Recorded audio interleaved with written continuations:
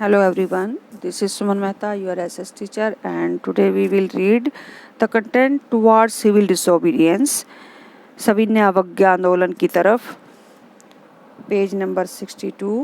I hope you have read the chapter previous one. Okay, let's start. In February 1922, Mahatma Gandhi decided to withdraw the non-cooperation movement. फरवरी 1922 में महात्मा गांधी जी ने असहयोग आंदोलन को वापस लेने का फैसला कर लिया। क्यों किया? क्योंकि एक इंसिडेंट हुआ जिसकी वजह से वो हर्ट हुए, उन्हें बहुत दुख पहुंचा, जिसकी वजह से उन्हें लगा कि आगे इस आंदोलन को आगे बढ़ाना नुकसानदायक हो सकता है। क्योंकि हिंसात्मक तरीका तो महात्मा गांधी जी ने कभी भी प्रेफर नहीं किया और ना ही लोगों को इसके लिए बोला।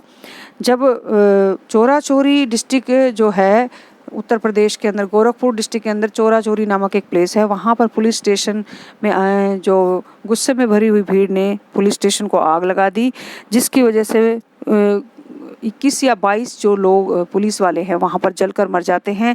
इस घटना को सुनते ही महात्मा गांधी जी को बहुत दुख पहुंचा। उन्हें लगा कि जनता गलत रास्ते पर चल पड़ी है, तो ऐसे में इसको आगे बढ़ाने का कोई फ़ायदा नहीं, तो उन्होंने इसको ड्रॉप करने का फैसला लिया। He felt that the movement was turning violent in many places and satyagrahis needed to be properly trained before they would be ready for mass struggles. उनको ये भी महसूस होने लगा था कि इतने बड़े पैमाने पर अगर स्ट्रगल शुरू करना है और अलग अलग पार्ट्स में इसको पीसफुली वे में कंडक्ट करना है, तो सत्याग्रहियों को ज़्यादा ट्रेनिंग देने की जरूरत है, उन्हें और ज़्यादा प्रशिक्षण दिया जाना चाहिए ताकि वो शांतिपूर्वक तरीके से अपना आंदोलन करें और इस आंदोलन को आगे बढ़ाएं। Within the Congress, some leaders were by now tired of mass struggles and wanted to participate in elections to the provincial councils.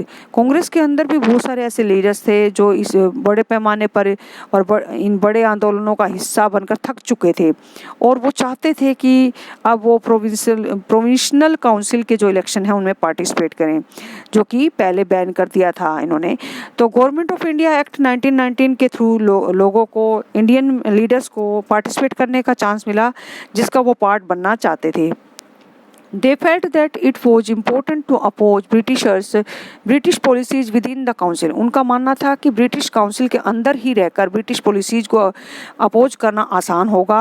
Argue for reform और सुधार करवाना के लिए बहस की जा सकती है आसानी से, and also demonstrate that these councils were not truly democratic.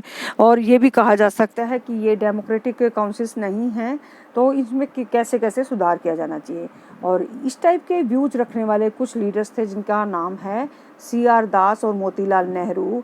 इन्होंने मिलकर स्वराज पार्टी का गठन किया। कांग्रेस के अंदर ही इन्होंने अपनी एक पार्टी बनाई जिसको इन्होंने स्वराज पार्टी का नाम दिया और इसने काउंसिल इलेक्शन में वापस लौटने का निर्णय लिया। स्वराज पार्टी के थ्रू इन लीडर्स ने काउंसिल इलेक्शन में पार्टिसिपेट किया। But younger leaders like Jawaharlal Nehru and Subhash Chandra Bose pressed for more radical mass agitation and for full independence. Jawaharlal Nehru और सुभाष चंद्र जैसे यंग लीडर्स जो थे वो ज़्यादा जोर डालते थे कि बहुत ही ज़्यादा उग्र जो है आंदोलन होना चाहिए जिससे कि कंप्लीट इंडिपेंडेंस आए, यानी हिंसात्मक तरीके का इस्तेमाल करके भी कुछ हद तक इनको डराया जा सकता है ब्रिटिशर्स को और इंडिपेंडेंस गेट करने की प्रोसेस को आगे बढ़ाया जा सकता है। इन such a situation of internal debate and distensions, two factors again shaped Indian politics towards the late 1920.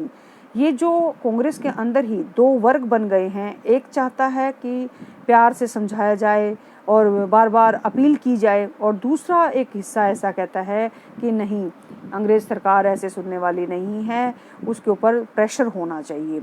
तो इस टाइप से 1920 के आते आते, ब्रिटिश 1920 के अंत के आते आते भारतीय जो राजनीति है वो दो अलग अलग जो है रूप धारण करती जा रही है।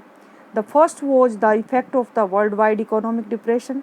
पहला कारण क्या था कि फर्स्ट वर्ल्ड वॉर के बाद भारतीय अर्थव्यवस्था जो थी वो बहुत ज़्यादा गिर चुकी थी, यानी उसमें बहुत ज़्यादा दबाव देखने को मिल रहा था। लोग बहुत गरीबी के दलदल में फंसे हुए थे और लोगों के पास पैसा नहीं था।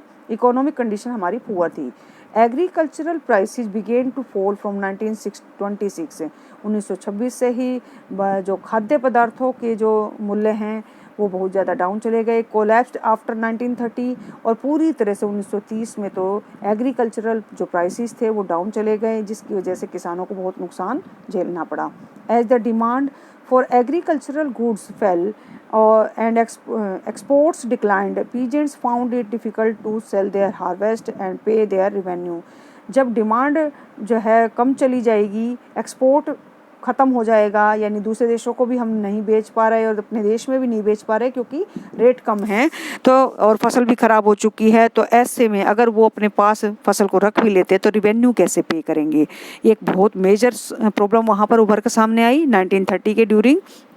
Bye 1930 the countryside was in turmoil. देहाती इलाकों में एक संघर्ष की स्थिति बनी हुई, विद्रोह की स्थिति बनी हुई। Turmoil means revolution type.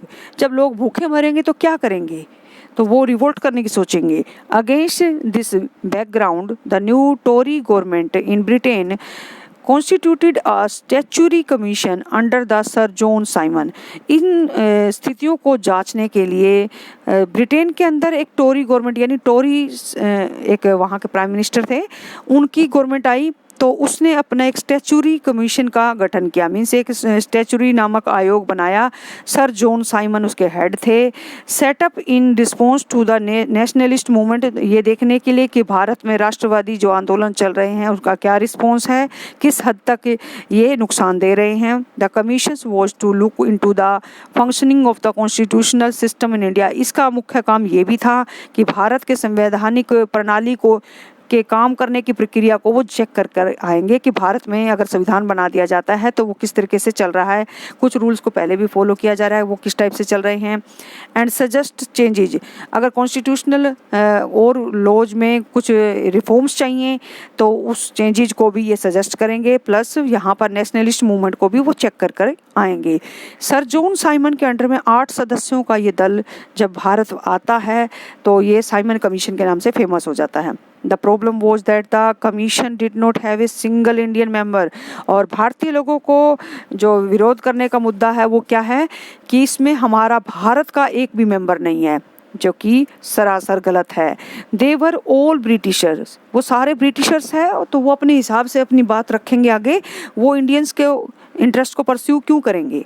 When the Simon Commission arrived in India in 1928, 1927 में कमीशन बना था इंग्लैंड में, उसके बाद 1928 में भारत आता है और it was greeted with the slogan go back Simon, और इसका स्वागत किया जाता है। स्वागत कैसे किया जाता है, साइमन वापस जाओ के नारों से उसका स्वागत किया जाता है, उसको पैर रखने नहीं दिया जाता। All parties including the Congress and the Muslim League participated in the demonstrations। इन जुलूस के अंदर कांग्रेस पार्टी भी शामिल हो जाती है और मुस्लिम लीग पार्टी भी विरोध करते हैं कि हम आपको यहाँ नहीं आने देंगे। In an effort to win them over, the Viceroy Lord Irwin announced in October 1929 a vague offer of dominion status for India in an unspecified future and a round table conference to discuss a future constitution।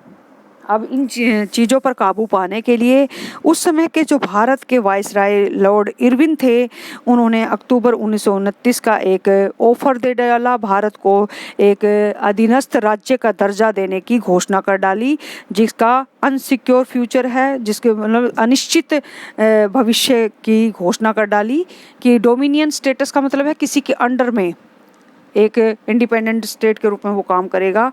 और round table conference एक England में London के अंदर जो है organise की गई, जिसमें different political parties of India के मेंबर्स को इनवाइट किया गया कि वो वहाँ आएँ और भारत के एक फ्यूचर कॉन्स्टिट्यूशन के बारे में अपनी रिकमेंडेशंस दें या अपनी सजेशंस दें। This did not satisfied the Congress leaders, इससे कांग्रेस के लीडर सेटिस्फाइड नहीं होते। और radical with in the Congress, जो कांग्रेस के अंदर रेडिकल व्यूज वाले जो पर्सन्स हैं, लीडर्स हैं, पंडित जवाहरलाल नेहरू लाइक, सुभाष चंद्र बोस जैसे, बिकेम मोर असर्टिव, वो बहुत ज़्यादा गुस्से में आ जाते हैं।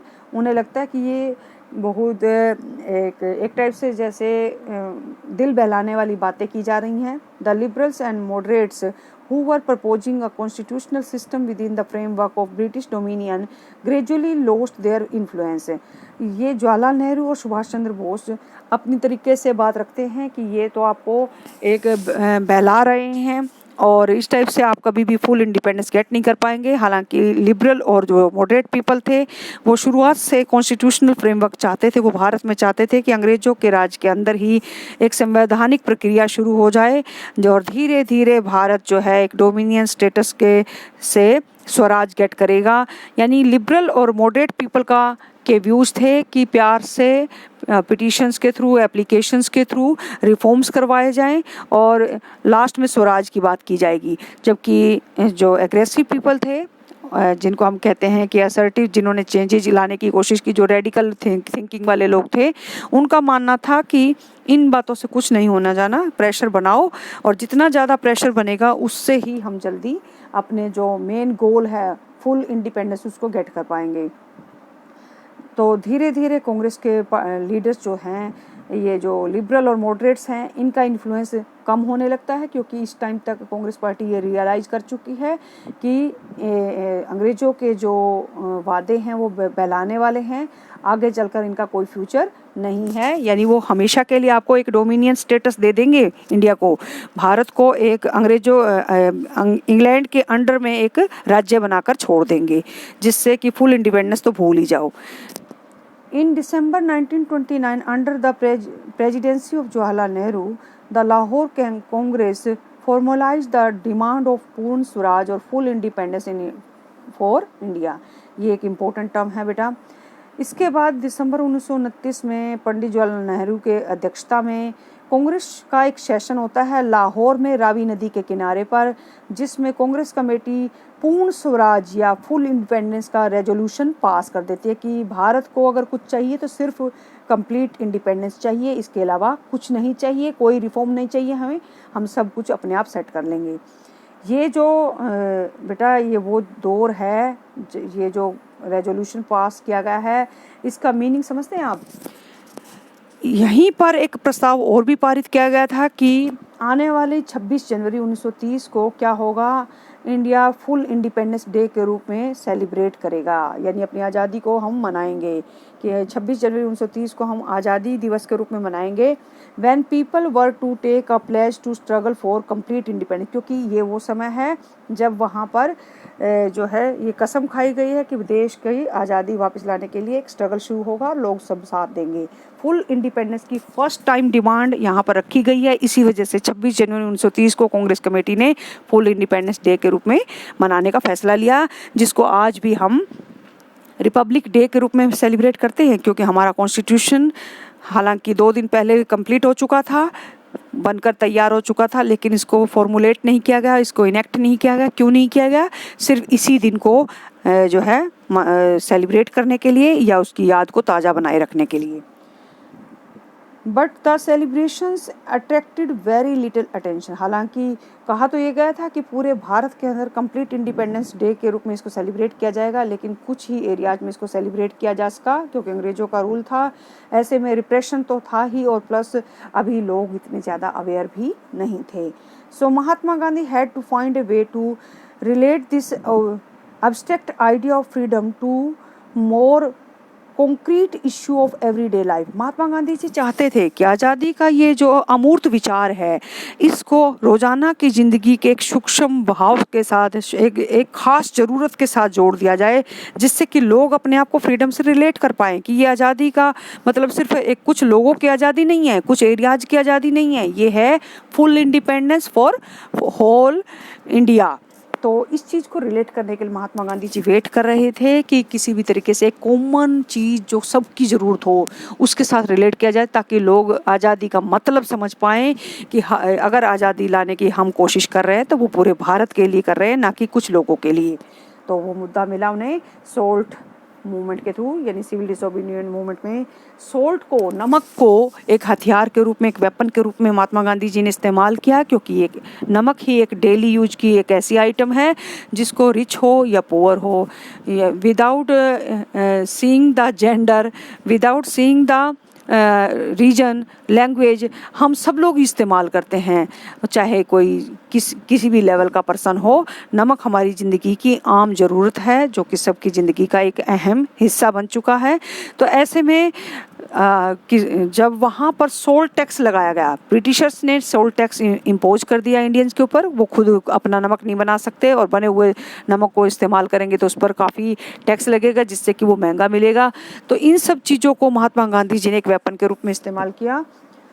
The salt march and the civil disobedience movement, Mahatma Gandhi found in salt a powerful symbol that could unite the nation. Mahatma Gandhi ji को नमक के रूप में एक शक्तिशाली चिन्ह मिला जिसने पूरे देश को जोड़ने की ताकत थी, जिसमें 31 जनवरी 1930 को ही sent a letter to viceroy Irwin stating 11 demands. अब 31 जनवरी 1930 को उन्होंने एक लेटर वाइसरॉय इरविन को भेजा जिसमें उन्होंने अपनी 11 मांगे रखी।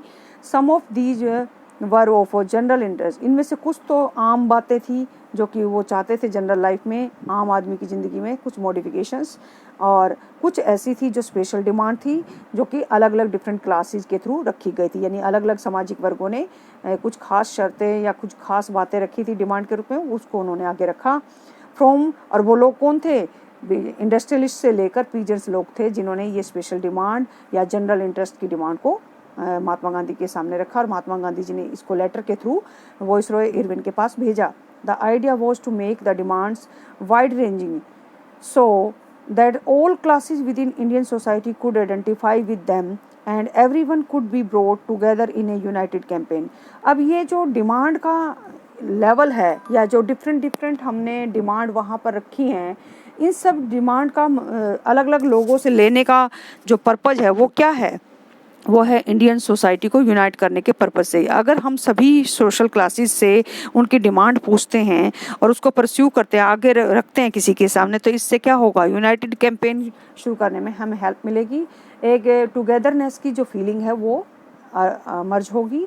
The most stirring of all was the demand to abolish the salt tax, और इसमें सबसे खास जो डिमांड थी वो थी, क्या थी? वो थी सोल्ट टैक्स को अबॉलिश करना, यानी नमक पर लगे हुए टैक्स को हटाना। सोल्ट वॉज समथिंग, नमक एक ऐसी चीज़ है कंज्यूम्ड बाय द रिच और पुअर अलाइक, जिसको अमीर लोग भी इस्तेमाल करते हैं और गरीब भी सेम पर्पज़ के लिए यूज करते हैं। And it was one of the most essential items of food, और हमारे रोज़ाना के जीवन का जो हम रोज़ जो खाना खाते हैं उसका एक इम्पोर्टेंट पार्ट है। The tax on salt and the government monopoly over its production, ये सारी चीज़ें महात्मा गांधी जी को लगा कि अनजस्ट हैं, ये गैर कानूनी हैं, इसको महात्मा गांधी जी हटवाना चाहते थे, क्योंकि उन्हें लगता था कि ये आम आदमी के जीवन पर एक वार है, क्योंकि इस टाइप की चीज़ पर टैक्स लगाना या उसका जो है बनाने पर रोक लगाना, ये एक टाइप से क्या कहेंगे आर्बिट्रेरी वे है, मीन्स मनमाना शासन करने की एक नीति है जो कि गलत है। आम आदमी के जीवन की रोज़मर्रा की चीज़ें अगर महंगी हो जाएंगी और उसके प्रोडक्शन पर अगर बैन लग जाएगा तो ऐसे में काफ़ी कॉम्प्लिकेशंस पब्लिक को झेलनी पड़ती हैं। महात्मा गांधी जी ने इसमें लेटर में जो है एक टाइप से इसको अल्टीमेटम के रूप में लॉर्ड वाइसरॉय को भेजा था, एक चेतावनी के रूप में भेजा था। If the demands were not fulfilled by 11 मार्च, उन्होंने लिखा था कि अगर ये हमारी जो डिमांड है ये 11 मार्च तक अगर पूरी नहीं होती तो later stated that the Congress would launch a civil disobedient campaign. तो इस लेटर के विचार के हिसाब से कांग्रेस पार्टी मजबूर हो जाएगी सविनय अवज्ञा आंदोलन शुरू करने के लिए। Irwin was unwilling to negotiate, Irwin समझौता नहीं करना चाहता था, इसलिए उसने महात्मा गांधी जी की इस जो है डिमांड को मना कर दिया। महात्मा गांधी जी ने फिर अपना फेमस सोल्ट मार्च शुरू किया। सोल्ट मार्च मतलब नमक यात्रा जो है, उन्होंने अपने 78 फॉलोअर्स को लेकर, जो कि ट्रस्टेड वॉलंटियर्स थे, उनको साथ लेकर मार्च शुरू किया। ये मार्च जो है 240 माइल्स का था और महात्मा गांधी जी ने अपने साबरमती आश्रम से इसको शुरू किया और दांडी नामक गांव में जाकर, कोस्टल टाउन है, वहाँ पर जाकर जो 240 माइल्स का डिस्टेंस कवर करके, यानी आप ये लगा लीजिए 10 माइल्स वो डेली चल रहे हैं। इसके अलावा वॉलंटियर्स ने 24 डेज में 10 माइल्स पर डे के हिसाब से इस डिस्टेंस को कवर किया। वहाँ जाकर थाउजेंड्स पीपल ने महात्मा गांधी जी की व्यूज़ को सुना। वहाँ जहाँ जहाँ वो रुके थाउजेंड्स ऑफ पीपल वहाँ पर गैदरिंग कर लेते थे और उनकी बात सुना करते थे, स्वराज का मीनिंग समझा करते थे और इसके साथ साथ ब्रिटिशर्स को कैसे शांतिपूर्वक तरीके से उनके कानूनों को मानने से इनकार करना, इन चीज़ों को, इन मेथड्स को वो समझा करते थे। ऑन 6 अप्रैल ही रीच्ड डांडी। 6 अप्रैल को महात्मा गांधी जी डांडी पहुंचते हैं एंड सेरेमनली वॉयलेटेड द लॉ, और खुले रूप से नमक बनाकर कानून को भंग कर देते हैं। नमक वहाँ पे प्रोड्यूस करने की कोशिश करते हैं, समुद्र के पानी को गर्म करके उससे नमक तैयार करते हैं, जिससे कि एक टाइप से ये लॉ ब्रेक हो गया ब्रिटिशर्स का, जिसके खिलाफ फिर एक्शन होगा आगे चलकर। This mark the beginning of the civil disobedient movement. इसी घटना के साथ से ही सविनय अवज्ञा आंदोलन की शुरुआत होती है। कई बार ये क्वेश्चन 1 मार्क में पूछा जाता है, by which incident you can consider the civil disobedient movement starting. तो आप समझ सकते हैं सिविल डिसोबीडियंट मूवमेंट की स्टार्टिंग किससे हुई, किस घटना के साथ हुई, सोल्ट मार्च के थ्रू, या फिर हम ये कह सकते हैं कि यहाँ पर by producing salt at the Dandi place. इस घटना के साथ ही इसको माना जाता है। How was this movement different from the non cooperation movement. ये बहुत ही इंपॉर्टेंट 5 मार्क्स का क्वेश्चन है बेटा कि सिविल डिसोबीडियंट मूवमेंट और नॉन कोऑपरेशन मूवमेंट में खास अंतर क्या थे। People were now asked not only to refuse cooperation. पहले लोग कोऑपरेशन देने से मना कर रहे थे नॉन कोऑपरेशन मूवमेंट के दौरान, जबकि अब सिर्फ कोऑपरेशन देने से मना ही नहीं कर रहे हैं, बल्कि साथ ही साथ सरकार के कानूनों को तोड़ भी रहे हैं, जो कि पहले नहीं तोड़े गए थे। With the British as they had done in 1921 to 22, but also to break colonial laws. 1921 से लेकर 22 में जो नॉन कोऑपरेशन मूवमेंट शुरू हुआ उसमें कोऑपरेशन देने से मना किया था, लॉ ब्रेक नहीं हुए थे। जबकि अब क्या होगा कि कोऑपरेशन भी नहीं देंगे प्लस ब्रिटिश लॉज को हम नेगलेक्ट भी करेंगे। Thousands in different parts of the country broke the salt law, manufactured salt and demonstrated in front of the government salt factories। हजारों की संख्या में अलग अलग हिस्सों में, देश के अलग अलग हिस्सों में हजारों की संख्या में लोगों ने नमक कानून को तोड़ा, नमक बनाया और नमक की फैक्ट्रियों, सरकारी नमक की फैक्ट्रियों के सामने बैठकर जुलूस निकाले। एज द मूवमेंट स्प्रेड, जैसे जैसे ये आंदोलन फैला, विदेशी कपड़े का बहिष्कार किया गया, लिकर शॉप्स को पिकेटिंग की गई, सेम प्रोसेस पिछली वाली। पीजेंट्स रिफ्यूज टू पे रिवेन्यू, किसानों ने रिवेन्यू देने से मना कर दिया, चौकीदारी टैक्स देने से मना कर दिया। विलेज ऑफिशियल्स रिजाइंड, और गाँव के जो अधिकारी थे उन्होंने अपनी पोस्ट छोड़ दी। और many places forest people violated forest laws, और बहुत सारे अलग अलग इलाकों में जो आदिवासी लोग हैं उन्होंने जंगल से बने हुए अंग्रेजों के कानूनों को मानने से इनकार कर दिया और ज़बरदस्ती वो रिजर्व फॉरेस्ट के अंदर घुस गए, यानी उनके अंदर चले गए। और collect wood and graze cattles, उन्होंने वहाँ पर जाकर अपने पशुओं के लिए चारा वहाँ से निकाला और अपने आग जलाने के लिए जो है लकड़ियाँ इकट्ठी करनी शुरू कर दी, यानी लॉज को वॉयलेट करना शुरू कर दिया। Worried by the developments, the colonial government began arresting the Congress leaders one by one। इस घटना से या फिर इस मूवमेंट के डेवलपमेंट से घबराकर जो अंग्रेज सरकार है उसने कांग्रेस के लीडर्स को 1 by 1 करके अरेस्ट करना शुरू कर दिया, गिरफ्तार करना शुरू कर दिया। This led to violent clashes in many places, और अलग अलग जगह पर इस झड़प पुलिस और लोगों के बीच में झड़पें भी हुई, यानी उनमें झगड़ा शुरू हो गया। When Abdul Ghaffar Khan, a devout disciple of Mahatma Gandhi, was arrested in April 1930, angry crowds demonstrated in the streets of the Peshawar, facing surrounding armored cars and police firing। यहाँ पर देखिए आपको मैं बता दूँ, अप्रैल 1930 में महात्मा गांधी जी के कट्टर अनुयायी थे, शिष्य थे, वो थे अब्दुल गफ्फार खान, जिन्हें सीमांत गांधी भी कहा जाता है। उनको पुलिस गिरफ्तार करने के लिए जैसे ही पहुंचती है तो गुस्से में भरी हुई भीड़ वहाँ पर जो जुलूस निकाल रही है पेशावर में, वो आमने सामने हो जाती है और जो हथियारों वाली जो कारें हैं उनको फेस करने के लिए खुद खड़े हो जाते हैं और पुलिस की फायरिंग का सामना करते हैं लोग। मैनी वर किल्ड, और अपने नेता को गिरफ्तार होने से रोकने की कोशिश करते, जिसकी वजह से काफ़ी सारे लोग मारे जाते हैं। A month later when Mahatma Gandhi himself was arrested, industrial workers in Sholapur attacked police station, police post, municipal buildings, law courts, railway station. बाद में 1 महीने के बाद जब महात्मा गांधी जी को गिरफ्तार किया जाता है तो जो इंडस्ट्रीज में काम करने वाले वर्कर्स हैं शोलापुर के, उन्होंने पुलिस स्टेशन पर अटैक करना शुरू कर दिया। म्यूनिसिपल बिल्डिंग्स और जो लॉ कोर्ट्स हैं, अदालतें हैं, रेलवे स्टेशन के ऊपर उन्होंने अटैक करना शुरू कर दिया ताकि वो ब्रिटिश रूल को जो है अपोज कर सकें। A frightened government responded with a policy of brutal repression.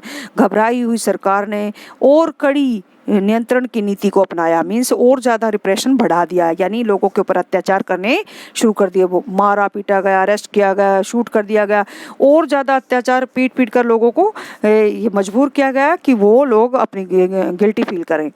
Peaceful satyagrahis were attacked, शांतिपूर्वक जो सत्याग्रही अपना सत्याग्रह चला रहे हैं उनके ऊपर भी अटैक किया पुलिस ने।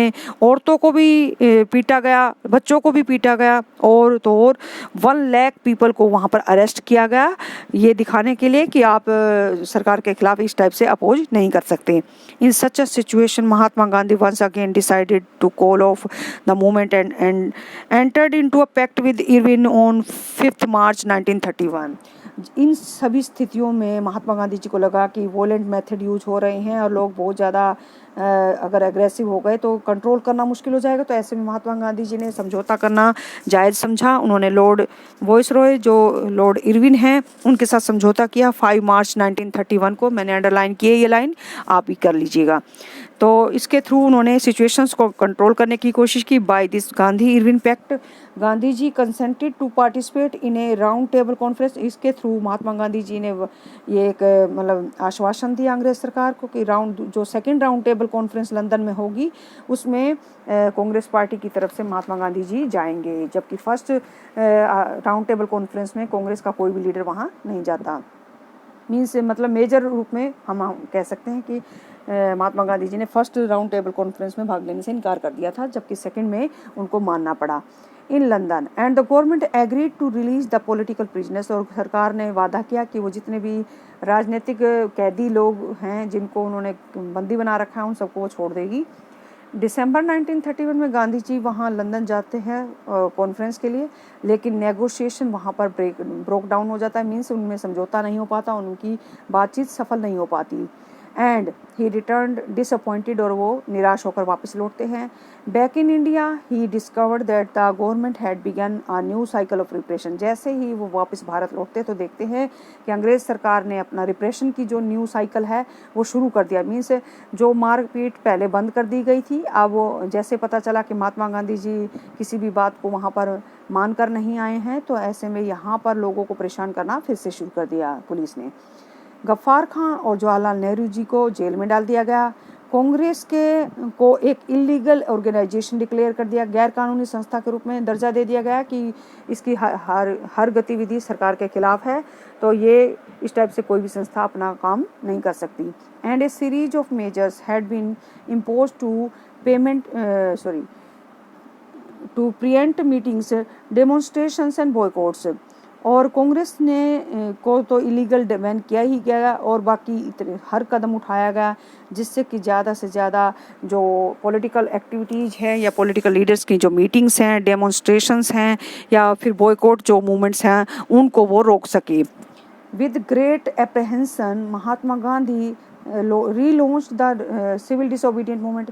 बहुत ही हिचकिचाहट के साथ, आशंका के साथ, एप्रहेंशन होता है डर या आशंका, जिसके साथ महात्मा गांधी जी ने बहुत ही डर और शंका के साथ दोबारा से सविनय अवज्ञा आंदोलन की शुरुआत करने की कोशिश की। फॉर ओवर अ ईयर, 1 साल तक जैसे तैसे ये चलता रहा। The movement continued but by 1934 it lost its momentum.